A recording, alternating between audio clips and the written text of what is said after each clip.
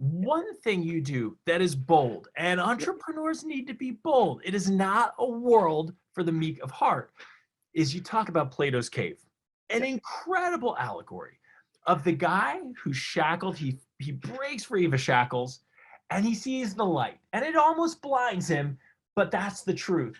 And he goes back into the cave and he tries to tell everybody about the light and the truth, and he invites them to it, but it's so painful for them to even think about. They savage him, right? So Plato's cave is a place that the rebels, those who challenge orthodoxy, need to go. And you go there. I'm not going to savage you, but you already brought up what you see as the greatest threat to mankind, which is the sustainability movement as it exists.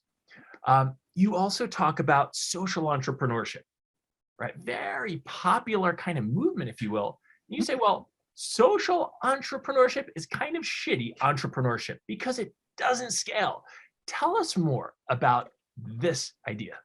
Well, the thing is, if you want to do a small good in the world, you should do a nonprofit. If you want to do a large good in the world, then you start for profit. And the reason is that the profit is the engine that allows you to scale to help more people. So if you can find a way to help 1 billion people live a better life, you can create a $500 billion company.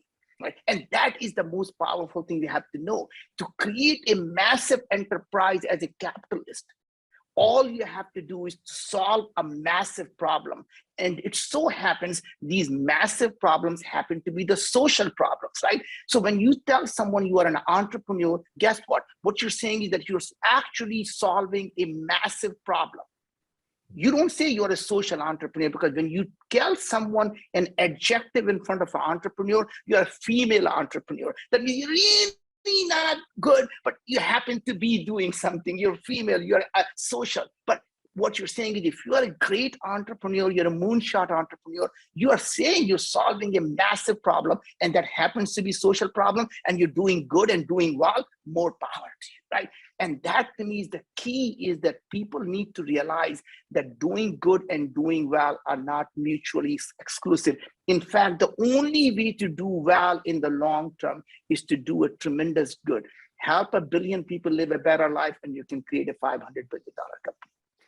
Thank you for joining this episode of The CEO Show. Please subscribe and hit that notification bell so you don't miss upcoming episodes, where I will do my level best to help you unlock greater success and freedom. And share this video. You and everything you do makes a difference.